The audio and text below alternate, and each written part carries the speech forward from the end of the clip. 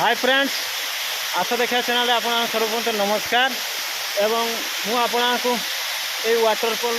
ना विषय जानी कि नाम अनुसार मु नामकरण करुँची किंतु ये मांकड़ देखा कहूँ तथापि आम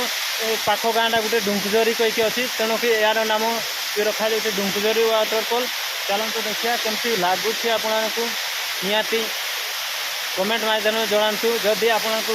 भिडियो टी वाटरफॉल टी भल लगुथ तो सुंदर लगुथ ताले निश्चय आपने आसीपारे। तो यार लोकेशन आपण को निहाती बतैबी तो कौटू कौ जगार आसवे कौटू आसवे निहाती प्रथम तो आग ये खंडादार व्यू आपण को देखी देखते सब चारिपटे बुली बुली आपण भ्यूटा देखी दौचे मु भी लाइव थी ता सहित आपण को भिडियो टी देखा एवं जदि आपण को निहाती भल लगे प्राय ये वाटरफॉल भी आम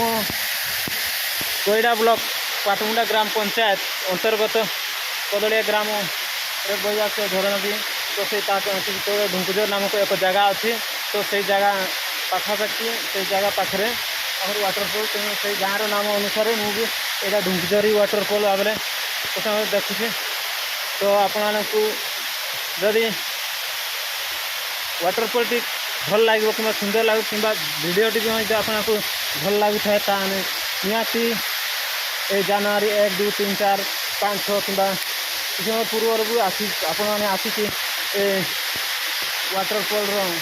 मजा नहीं पारे कि जगह को विजिट कर दर्शन करें तो खूब सुंदर लगुच आज्ञा देखु। तो मुझे यहाँ को केवे आसी ना आज ये जगह को आसिक किंतु आम गाँ पाख किंतु जते जन्मर बर्तमान मत पाखापाखि 25 यार से हो गला तथापि ये जगह को पहुँची पार नी। तो दिने जड़े आम बापा मैंने कहते कि ये गोटे भल वाटरफॉल अच्छी किंतु मु भाविली कि कौन निहाती जदि ये वाटरफॉल को जदि आम किसी प्राकृतिक सौंदर्य को लोप न करी किसी लोकों पाखे दर्शे पारे पहुँचे पारे एवं यहाँ गोटे पर्यटन स्थली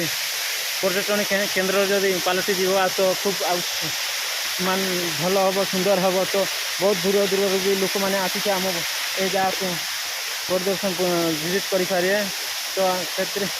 या जदि भल ये टाइप जदि पर्यटन स्थली जदि पाली जाए तो आहरी मुझे खूब आहरी भल लगता सुंदर लगता एवं एटाकर भी लोक मैंने किसी वाटरफॉल भी किसी ना रुहता ना उनका कोईडा ब्लॉक अंतर्गत पाटमुंडा ग्राम पंचायत पाखे गोटे खूब सुंदर जगह अच्छी बहुत बढ़िया जगह अच्छी। तो या जदि कहले आपको भी जदि भल लगे कि सहित मत आम मानक भी भल लगे कि आमर पर्यटन स्थल भी से लोप पाइब नहीं किंतु यार धीरे धीरे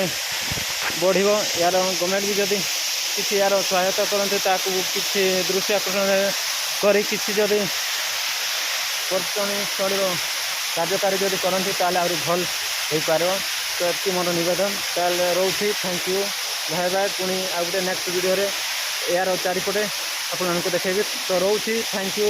जय जगन्नाथ रही।